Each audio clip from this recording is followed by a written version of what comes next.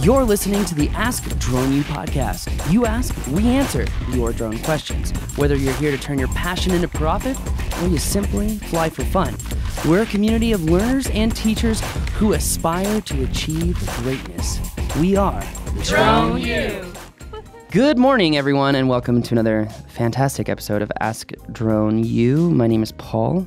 Fantastic indeed, and my name is Rob, and as always, we're so glad that you're hanging with us. Thank you for sending in your questions, and if you've got one, go to askdroneu.com. We love to hear from you, and always like to remind you that if you're thinking about something, so are a lot of other people. I repeat, a lot of other people, so get your question in. For those that won't, there will be a lot of people that appreciate it besides us. So thank you.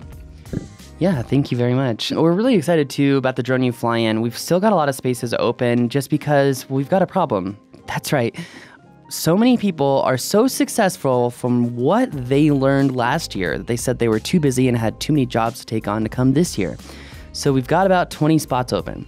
That means you would have an opportunity to fly 10 missions that are going to test your practical real-world skills in different drone jobs. Does that sound like a lot of fun to you? Does it sound like an adventure? Well, it is. You and 100 extra pilots will be able to fly all of these missions, accumulate almost 10 to 12 hours of flight time over the weekend, and meet some really cool people and speakers that will expand your knowledge and broaden your horizons on what's truly possible with the drone. You won't want to miss this. So sign up today, droneuflyin.com. Hey guys, Daniel Pruitt in Atlanta, Georgia here. I've been listening to your podcast for a while now, and I really appreciate you guys doing this. They're very informative.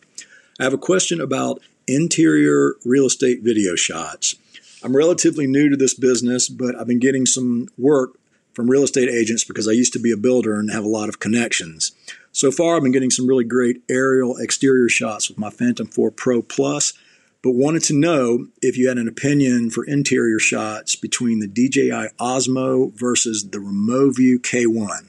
Been reading some interesting comparison reviews about those two as a starter device, but just wanted to get your opinion. Probably can't afford the DJI Osmo Pro just yet, and the market here in Atlanta doesn't really justify that yet. Hopefully it will catch up and eventually can upgrade to a higher quality camera for interiors. Just let me know what you think about those two devices as a starter device for interior shots. Thanks a lot.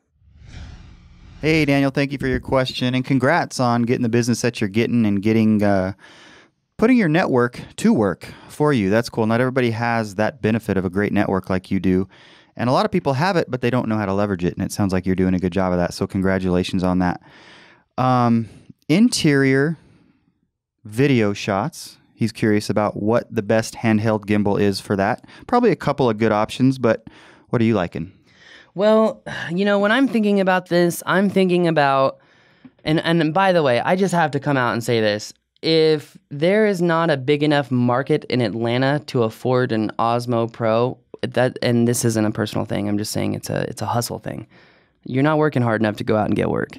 And I'm not trying to call you out to be mean. I'm trying to call you out to say, hey man, spend some time and focus on building your business. Focus on building relationships. Don't focus on selling people. Focus on people first. Relationships first. Providing value to people and tell a story on how you can provide value to those people in a way that evokes emotion. Okay? Sorry, but I just have a really hard time. Rob, do you have a hard time believing that in Atlanta he's having a hard time production-wise? Well, what I would say is to piggyback what you started the comment with is that if there is not enough business in Atlanta, there might not be enough business anywhere. So yeah. Understand what you're saying, and I don't know if you're talking about a particular segment of Atlanta, but if you, and I would imagine, to give you a bit of a, the benefit of the doubt, that Atlanta's huge, and getting from one end of it to the other. I don't know what the parameters are of your comment, but I've got to believe there's actually a lot of business. I know there's a lot of high-end real estate there, obviously. Just go get it. That's all we're saying. Go get it, because it's there. Yeah, it is there. And we're trying to light a fire under your butt. We're not trying to do anything other than that. So if you get mad or offended by this, I'm sorry. It's all good. He won't. Yeah, I don't think so either. Anyway, long story short, okay, let's talk about this. If we're going to think about a camera stabilizer, we need to think about what are we delivering. He's already talked about the clients. He's already talked about the jobs. It's fantastic. So he's going to be inside, typically in places that are not going to have a lot of light, like outside.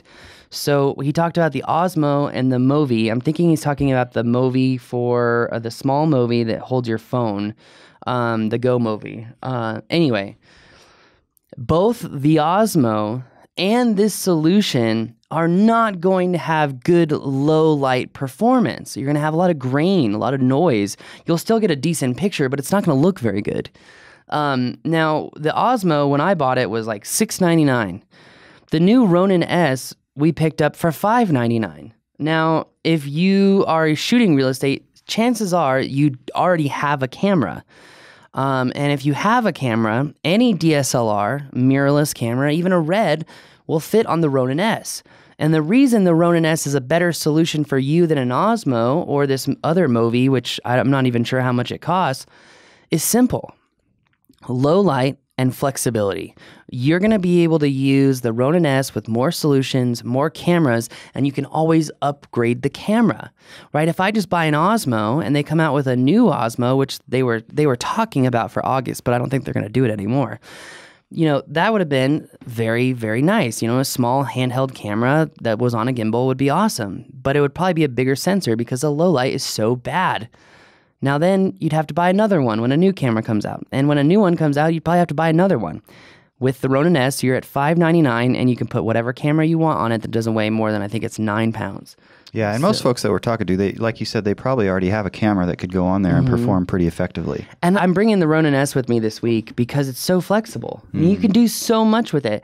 I'm not going to lie. You know, I had given Jason, we went to go shoot that ranch when I got in the car accident, and I had given him the slider, and I'd given him, it's a remote control slider, by the way. It's a huge slider, and the big monster tripod. I'm like, he cannot screw this up. Isn't there a remote? Yes. He screwed it up. Sorry, Jason. Love you, Jason. But just screwed it up. Anyway, the shots that saved me were from the Ronin-S. When I literally just, like, after each scene that we had filmed, I had just gone around and gotten some extra stuff just in case to be safe, used all of it. Used all of it. And I mean, these were all real estate shots too, just in a different world, in a ranches and commercial. The Ronin-S is such a fantastic thing to have. I mean, even if you have like your kid's skateboard or scooter and you want a nice long slide with a reveal, learn to ride your kid's scooter with the Ronin-S because you'll get some really cool shots. No, I'm serious. Like, it's amazing the type of shots that you can get. So do you think that the Ronin-S has essentially made the Osmo obsolete?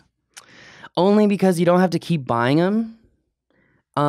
You can have a really awesome camera on the Ronin. But I'm not sure that the Ronin-S is better than the, I forget, Zion Crane 2 or the Crane 2. The Crane 2 has motion tracking, so it can actually like follow a face and move. The Ronin-S can't do that. Well, and I guess the Osmo, it's still more compact. Osmo is super compact. In that sense, it's, you know, the one handle, it's really nice for that. It's very light. Yeah. It's easy to carry. Like the Osmo saved my butt in Hawaii, although there were no Osmo chargers anywhere in the Pacific Ocean. Unfortunately, at least I wasn't close enough to China. It's still a 6-hour flight. Yeah. But anyway, you know, maybe when the iPhone 10 that comes out in September has with the anamorphic lens, maybe. But again, the sensor is going to be so small, you're not going to get good low light pictures no matter what. It's funny. I'm even watching like all these Movi shots here because I'm on the Movi website because I wanted to just see how much it was and get some other info. And I mean, like every shot in here that's not outside is banding, and you just see so much lack of detail. So like all that detail right there in his shirt, it's just, yeah. Doesn't exist. No, I'm pretty sure that was Brett too, by the way. Okay, so, but if, let's just say let's say he doesn't have a camera. I mean, I'm sure he does though. Let's say somebody doesn't have a camera and they have to get either the Osmo or that's Movi. Probably the Osmo, right? Yeah. Not sure. Okay, well, that says a lot that you're even hesitating. I've never used the Movi, so I don't really know. That's fair. But the Osmo, I mean, like, that was one of the best cameras I ever had because you can control it with your phone. You can control it. This is why I never bought an Osmo Mobile. Yeah. Osmo Mobile, your phone is on the Osmo. You can't get the cool shots of an Osmo because your phone's on the Osmo. Right. So the Osmo and a Phantom 3 and Phantom 2 built my business. Straight up. So most realtors You know, I found out very quickly that I had to open up all the windows and all the lights in a real estate shoot to be able to use an Osmo. Then I realized that still was not enough, and I was getting really grainy footage, so I brought lights. Then I realized that still wasn't enough. And I mean, this is why, like, you get to this progression, and I'm just saying, like, learn from my mistake. Just buy the Ronin-S and a decent camera, because over time, you're going to save your money. Of course, the Ronin-S is only, what, a month old? It just came out, so. Yeah. And it's fantastic. I mean, they said it was going to be $1,200 at CES. So, and it's $599. Wow. Yeah. Nice. So. Cool. All right. All right. Well, that does it for us today, guys. If you have a question, go to askadronu.com. I love these questions, not trying to be angry. And if you say that there's not enough opportunity in your area, be prepared for a little slap in the face statement. So, just because it's like, I just want to go up and shake the guy. Be like, no, you're not working hard enough. So, anyway, it's a love tap. It is a love tap. Well, it's like when you're going up to bat for baseball, you get a little tap from the coach on the butt. They probably don't do that anymore. Oh, they do. They do. Anyway, all right, guys. Yeah, no one's been sued yet. Well, that's good. I'm sure somebody has, actually. That's another On that bombshell, that's going to do it for us today. Bye-bye.